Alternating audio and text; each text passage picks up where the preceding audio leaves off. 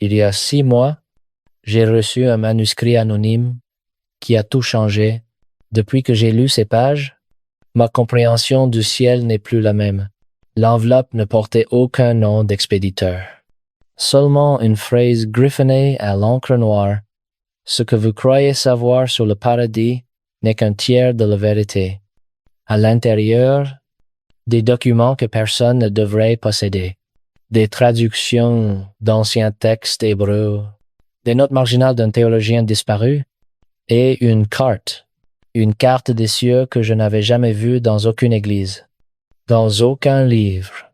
Cette carte montrait 3 niveaux, 3 royaumes superposés, et au centre, un mot répété encore et encore, voilé. Pendant des semaines, j'ai essayé d'ignorer ce que j'avais lu, mais les questions ne m'ont pas quitté. Pourquoi 3 cieux? Pourquoi personne n'en parle? Et surtout, que cache-t-il? J'ai commencé à chercher, à fouiller dans les textes anciens, à parler avec des érudits qui préféraient rester anonymes, et ce que j'ai découvert m'a glacé le sang. Le ciel que nous imaginons n'est pas un lieu de paix absolue. C'est un champ de bataille, un théâtre de guerre cosmique, et nous vivons dans l'ignorance de ce qui se passe au-dessus de nos têtes. Avant de vous révéler ce que j'ai trouvé, vous devez comprendre quelque chose de fondamental. Les Écritures ne parlent pas d'un ciel. Dès le premier verset de la Genèse, il est écrit, au commencement, Dieu créa les cieux et la terre. Les cieux, au pluriel, ce n'est pas une erreur de traduction. C'est une révélation que presque tout le monde ignore. Les anciens le savaient. Ils levaient les yeux vers le firmament et ne voyaient pas du vide. Ils voyaient des couches, des dimensions superposées, des royaumes invisibles où se jouait le destin de l'humanité. Ce que nous appelons le ciel aujourd'hui n'est que la première couche. Le vestibule, l'antichambre d'un temple dont le sanctuaire intérieur reste caché à nos yeux. Le premier ciel, c'est celui que vous pouvez voir, les nuages, les étoiles, la lune qui marque les saisons. Les prophètes l'appelaient le firmament, le voile entre l'homme et le divin. Ce n'est pas un simple ciel, c'est une frontière. Pensez à la manière dont les Babyloniens le décrivaient, une arche massive de bronze martelé, séparant les eaux chaotiques d'en haut des terres d'en bas. Les Égyptiens croyaient que la déesse Nut étirait son corps couvert d'étoiles à travers le monde, avalant le soleil la nuit et lui redonnant naissance chaque matin. Mais Israël, entouré de ses empires, a reçu une révélation différente. Non pas celle d'une déesse ou d'un mythe, mais celle du Dieu vivant qui a déployé les cieux comme une tente et les a appelés son œuvre. Ce que vous appelez atmosphère, les anciens prophètes l'appelaient le voile de Dieu. L'air même que vous respirez n'est pas qu'une réalité physique. C'est un symbole, une frontière, un rideau scintillant séparant la terre de royaumes que vous ne pouvez pas voir. J'ai rencontré un rabbin à Jérusalem qui étudiait ces textes depuis 40 ans. Il m'a dit, les yeux remplis d'une tristesse étrange. Nous avons oublié ce que nos ancêtres savaient. Le premier ciel n'est pas le paradis, c'est seulement le seuil, la cour extérieure d'un temple si vaste que sa véritable salle du trône reste cachée. Ces mots m'ont hanté pendant des semaines, car si le premier ciel n'est que le vestibule, alors qu'est-ce qui nous attend dans les chambres intérieures? Le prophète essaye de déclarer qu'un jour, les cieux seront enroulés comme un parchemin, arrachés pour révéler quelque chose de plus grand. Que se passerait-il si le ciel lui-même n'était pas permanent, s'il n'était qu'une couverture destinée à être déchirée? Imaginez-vous debout dans le désert, il y a des milliers d'années. Le ciel nocturne s'étend au-dessus de vous, et il n'y a aucune lumière urbaine pour polluer votre vue. Les étoiles brûlent plus intensément que vous ne l'avez jamais vu. Pulsant de mystère, pour vous, cela ne ressemble pas à un espace infini. Cela ressemble à un toit, un plafond, et chaque étoile semble être une ouverture, une fenêtre à travers laquelle la lumière divine se déverse. Les Hébreux comprenaient cela non pas comme de la poésie vide, mais comme une révélation. Les cieux sont la création de Dieu. Sa scène sur laquelle sa gloire est exposée, mais il se dissimule aussi. Il cache les cieux supérieurs à la vue humaine. Quand Moïse est monté sur le mont Sinaï, il est entré dans un nuage épais de feu et d'obscurité. Le peuple en bas tremblait parce que le ciel même était devenu le vêtement du Tout-Puissant. Et qu'est-ce qu'un vêtement sinon quelque chose qui révèle et cache à la fois? Le ciel n'est pas seulement une révélation, c'est un déguisement. Les prophètes ont vu des visions, non pas parce qu'ils avaient des télescopes, mais parce que Dieu a déchiré le rideau du premier ciel et leur a permis d'entrevoir au-delà. Ézéchiel, voyant des roues de feu. Ésaïe, contemplant le Seigneur élevé et exalté. Jean dans l'Apocalypse, regardant les cieux se fondre. Chaque vision commençait par le même acte. Le voile était déchiré. Le premier ciel est un seuil, une porte, un passage, pas la destination. Cette prise de conscience change tout. Cela signifie que lorsque vous regardez le ciel, vous ne regardez pas tout ce qui existe. Vous vous tenez dans la cour d'un palais si vaste que sa véritable salle du trône reste cachée. Vous êtes au bord d'un temple si sainte que sa chambre la plus intérieure a été voilée pour votre protection. Mais ce que j'ai découvert ensuite m'a empêché de dormir pendant des nuits entières. Il y a 3 mois, j'ai reçu un appel d'un ancien professeur de théologie. Sa voix tremblait. J'ai trouvé quelque chose dans les archives du Vatican. M'a-t-il dit, des documents sur le deuxième ciel, des choses qu'ils ne veulent pas que les gens sachent. Il m'a donné rendez-vous dans un café discret à Rome. Quand je suis arrivé, il m'a tendu une enveloppe scellée et m'a regardé avec des yeux épuisés. Le deuxième ciel n'est pas ce que tu imagines. A-t-il murmurait. C'est un champ de bataille. Dans cette enveloppe, il y avait des traductions de textes apocryphes, des récits que l'Église avait écartés, et tous parlaient de la même chose, un royaume invisible entre la terre et le trône de Dieu, un lieu où les anges se déplacent, où les messagers volent, où la guerre fait rage entre la lumière et les ténèbres. L'Apocalypse 14 le déclare, puis je vis un autre ange volant au milieu du ciel, proclamant l'évangile éternel à ceux qui habitent sur la terre. Le milieu du ciel, un royaume entre ce qui est vu et ce qui est invisible, un lieu où le ciel que vous connaissez laisse place à une dimension de mouvement, de message et de guerre. Les anciens en parlaient avec tremblement et ils croyaient que ce ciel intermédiaire était vivant avec des forces invisibles, des créatures de lumière portant la parole de Dieu, et des puissances des ténèbres s'efforçant de leur résister. Car si le premier ciel éblouit les yeux, le deuxième ciel secoue l'âme. Le ciel n'est pas seulement la paix, c'est aussi la guerre. Nous imaginons le ciel comme un lieu d'harmonie, mais les Écritures nous disent que entre la terre et le trône de Dieu se trouve un champ de bataille, un territoire contesté, un théâtre de guerre où les armées du Seigneur s'affrontent aux ordres du dragon. Pensez à Daniel. Au chapitre 10, il a jeûné et prié pendant 21 jours, cherchant une réponse de Dieu. Quand l'ange est finalement apparu, il a révélé une vérité glaçante.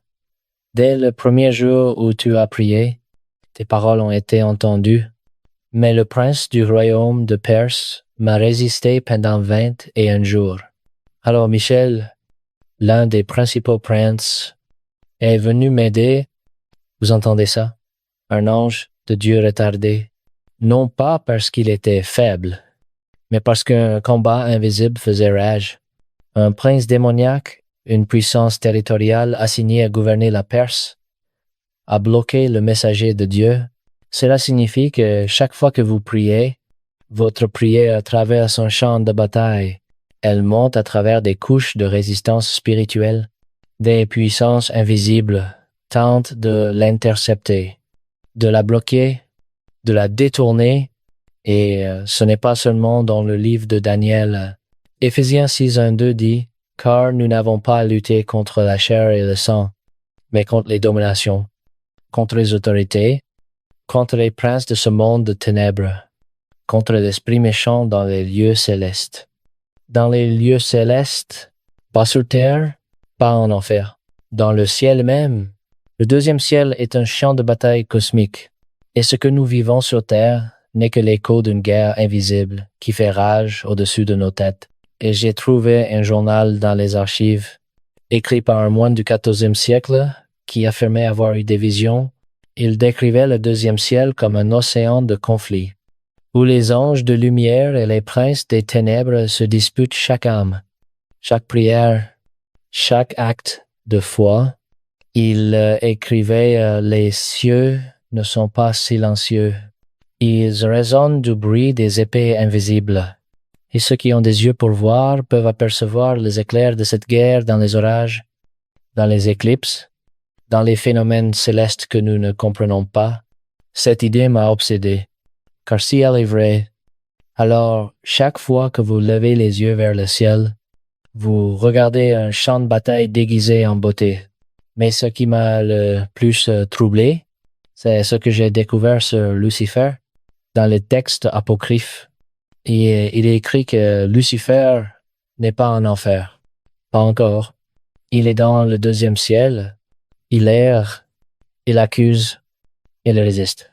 Job 1:6 dit « Or, les fils de Dieu vinrent un jour se présenter devant l'Éternel. Et Satan vint aussi au milieu de eux. Il avait encore accès, pas au troisième ciel, le trône de Dieu, mais au deuxième, le royaume intermédiaire. » L'Apocalypse 1:2-7-9 décrit une guerre dans le ciel. Et il y eut une guerre dans le ciel. Michel et ses anges combattirent contre le dragon. Et le dragon et ses anges combattirent. Mais ils ne furent pas les plus forts. Et leur place ne fut plus trouvée dans le ciel. Notez bien, leur place ne fut plus trouvée dans le ciel. Pas en enfer, dans le ciel. Cela signifie qu'il y a eu un temps où Lucifer et ses démons occupaient encore une partie des cieux, le deuxième ciel. Et même maintenant, il rôde, il accuse, il résiste aux anges de Dieu. Un théologien que j'ai rencontré à Oxford m'a dit quelque chose qui m'a hanté. Le deuxième ciel est le dernier territoire que Satan contrôle encore. Il a perdu la terre à cause du sang de Christ. Il n'a jamais eu accès au troisième ciel. Mais le deuxième ciel, l'espace entre la terre et le trône, c'est là qu'il mène sa dernière bataille. Et cette bataille affecte tout. Chaque prière que vous priez, chaque acte de foi que vous accomplissez, chaque moment où vous choisissez la lumière plutôt que les ténèbres. Car le deuxième ciel n'est pas seulement un champ de bataille, c'est aussi le royaume des messagers. Les anges se déplacent à travers le deuxième ciel. Ils montent et descendent, ils portent des messages, ils exécutent les ordres de Dieu, ils protègent les saints, ils combattent les démons. Hébreux 1:4 dit « Ne sont-ils pas tous des esprits au service de Dieu, envoyés pour exercer un ministère en faveur de ceux qui doivent hériter du salut, des esprits au service, envoyés en mouvement. Le deuxième ciel est vivant avec leur activité. C'est un royaume de transit, un espace où le divin et le démoniaque s'affrontent, où les prières montent et les réponses descendent. Genèse 28 raconte le rêve de Jacob. Il vit une échelle dressée sur la terre, et son sommet touché au ciel. Et voici, les anges de Dieu montaient et descendaient par cette échelle. Cette échelle n'était pas métaphorique, c'était une vision du deuxième ciel, le royaume intermédiaire où les anges se déplacent entre la terre et le trône de Dieu. Jésus lui-même l'a confirmé. Dans Jean 5:1, il dit à Nathanaël, « En vérité, je vous le dis, vous verrez désormais le ciel ouvert et les anges de Dieu monter et descendre sur le Fils de l'homme. » Le deuxième ciel est ouvert, les anges se déplacent, et Jésus lui-même est devenu l'échelle, le pont, les passages, mais il y a plus. Si le premier ciel est le vestibule et le deuxième ciel le champ de bataille, alors qu'est-ce que le troisième ciel? C'est là que mon voyage a atteint son apogée. Et c'est là que les mots me manquent. Paul l'apôtre parle du troisième ciel dans 2 Corinthiens 1, 2, 2 à 4 et dit, je connais un homme en Christ qui fut, il y a 14 ans, ravi jusqu'au troisième ciel. Si ce fut dans son corps, je ne sais. Si ce fut hors de son corps, je ne sais. Dieu le sait. Et je sais que cet homme, si ce fut dans son corps ou sans son corps, je ne sais. Dieu le sait, fut enlevé dans le paradis, et qu'il entendit des paroles ineffables qu'il n'est pas permis à un homme d'exprimer.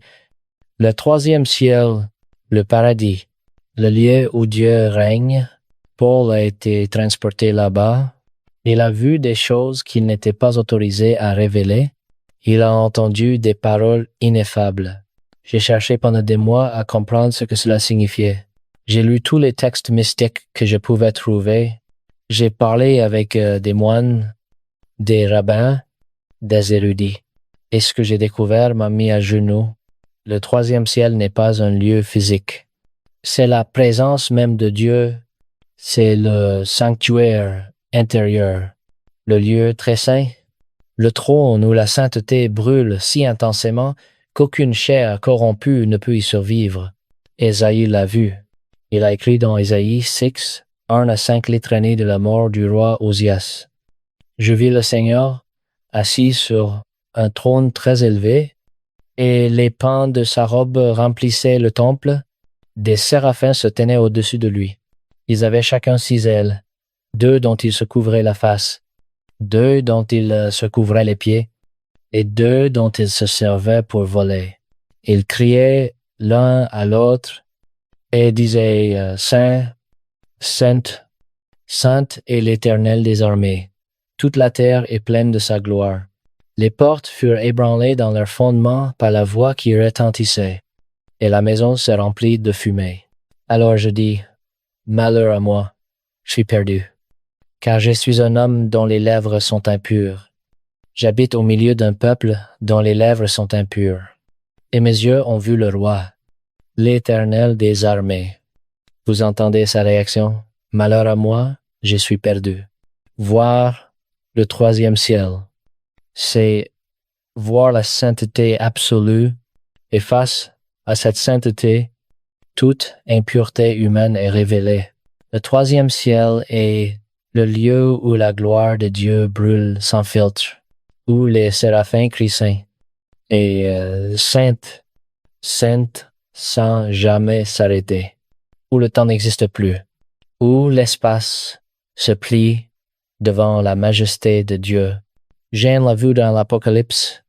Il décrit un trône au centre de tout, et autour de ce trône, des créatures vivantes qui ne cessent de dire jour et nuit saint. Sainte, sainte est le Seigneur Dieu, le Tout-Puissant, qui est et qui vient. Ce n'est pas une répétition vide, c'est l'essence même de l'existence dans le troisième ciel. Une adoration perpétuelle, une contemplation infinie de la gloire de Dieu. Et c'est là que tout prend sens. Les 3 cieux ne sont pas des lieux arbitraires, ce sont des niveaux de révélation, des degrés de proximité avec Dieu. Le premier ciel est ce que vous pouvez voir, les témoignages de la création. Le deuxième ciel est ce qui se passe dans l'invisible, la guerre spirituelle, le mouvement des anges et des démons. Le troisième ciel est la présence même de Dieu, le sanctuaire intérieur, le lieu où la sainteté règne sans compromis. Et le message des Écritures est clair à travers le Christ. Le chemin vers le troisième ciel a été ouvert. Hébreux 1:0, 1:9 à 20 dit « Ainsi donc, frères, puisque nous avons, au moyen du sang de Jésus, une libre entrée dans le sanctuaire par la route nouvelle et vivante qu'il a inaugurée pour nous au travers du voile, c'est-à-dire de sa chair. Le voile a été déchiré, Le chemin a été ouvert. Et maintenant, ceux qui sont en Christ ont accès au troisième ciel, mais il y a un avertissement. Le troisième ciel est saint, et la sainteté ne tolère pas l'impureté. C'est pourquoi le sang de Christ est essentiel. C'est pourquoi la sanctification est essentielle. Ce n'est pas une question de mériter le ciel. C'est une question d'être préparé à la présence de Dieu. Car la gloire de Dieu n'est pas une récompense confortable. C'est un feu consumant. Un moine mystique du XVIIe siècle a écrit « Le ciel n'est pas un lieu de repos pour les non-sanctifiés. C'est un lieu de purification. Et ceux qui entrent dans la présence de Dieu non préparés brûleront non pas à cause de sa colère, mais à cause de sa sainteté. » Ces mots m'ont fait frissonner, car ils signifient que le ciel n'est pas automatique. Ce n'est pas un lieu où tout le monde va simplement parce qu'il croit en Dieu. Le ciel est le lieu où la sainteté règne, et seuls ceux qui ont été purifiés par le sang du Christ, qui ont marché dans la sanctification, qui ont cultivé un cœur pur, peuvent y entrer sans être consumés. C'est pourquoi Jésus a dit dans Matthieu 5:8, « Heureux ceux qui ont le cœur pur, car ils verront Dieu. » Voir Dieu entrer dans le troisième ciel, ce n'est pas donné à tous. C'est réservé à ceux qui ont le cœur pur. Et maintenant, je dois vous poser une question. Où êtes-vous dans ce voyage? Êtes-vous encore dans le premier ciel, regardant les étoiles avec émerveillement, mais sans comprendre ce qui se cache derrière? Êtes-vous conscient du deuxième ciel? Réalisez-vous que vos prières traversent un champ de bataille, que des anges se battent pour vous, que des démons résistent à votre foi? Ou avez-vous aperçu le troisième ciel? Avez-vous eu un avant-goût de la présence de Dieu? Avez-vous ressenti cette sainteté qui brûle et qui purifie, car c'est là que nous sommes tous appelés, non pas à rester dans le premier ciel, émerveillés par la création, mais ignorant le Créateur. Non pas à stagner dans le deuxième ciel, conscient de la guerre mais ne progressant jamais vers la victoire, mais à monter vers le troisième ciel, à entrer dans la présence de Dieu, à voir le roi dans sa beauté, à nous tenir devant le trône où la sainteté règne. Et voici la bonne nouvelle. À travers le Christ, le chemin a été ouvert, le voile a été déchiré. L'accès est garanti, mais cela exige quelque chose de vous. Cela exige que vous mouriez à vous-même, que vous lâchiez prise sur vos péchés, que vous marchiez dans la sanctification, que vous cultiviez un cœur pur. Car le troisième ciel n'est pas pour les tièdes. Il n'est pas pour ceux qui jouent avec la foi. Il est pour ceux qui poursuivent Dieu avec tout leur être. Les trois cieux ne sont pas seulement une doctrine. Ce sont une invitation à voir au-delà de ce que vos yeux peuvent voir, à comprendre la guerre invisible qui fait rage autour de vous, et finalement à entrer dans la présence même de Dieu.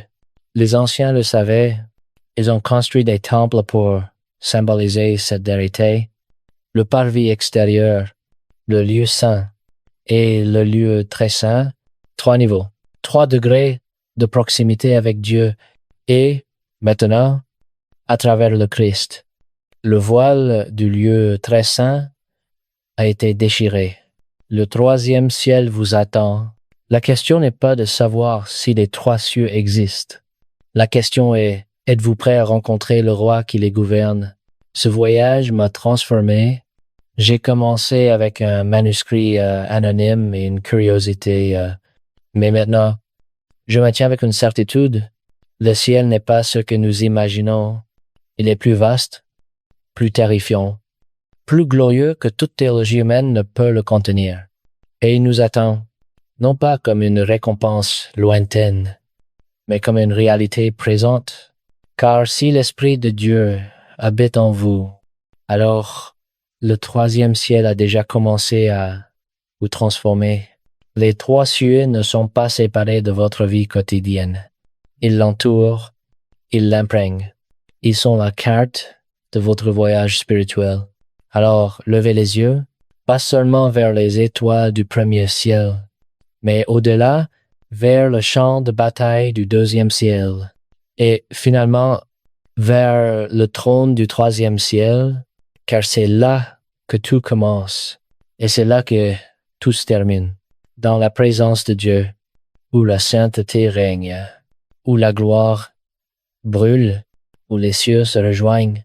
Et si vous avez les oreilles pour entendre, alors écoutez, les trois cieux vous appellent, le voile s'amincit, la frontière s'affaiblit, et bientôt, ce qui était caché sera révélé, car nous ne regardons pas vers un ciel lointain. Nous nous préparons à entrer dans les cieux qui existent déjà, juste au-delà du voile. Et quand ce voile tombera, seuls ceux qui sont prêts reconnaîtront la lumière. Les trois cieux ne sont pas un mythe, ce sont une réalité, et cette réalité change tout.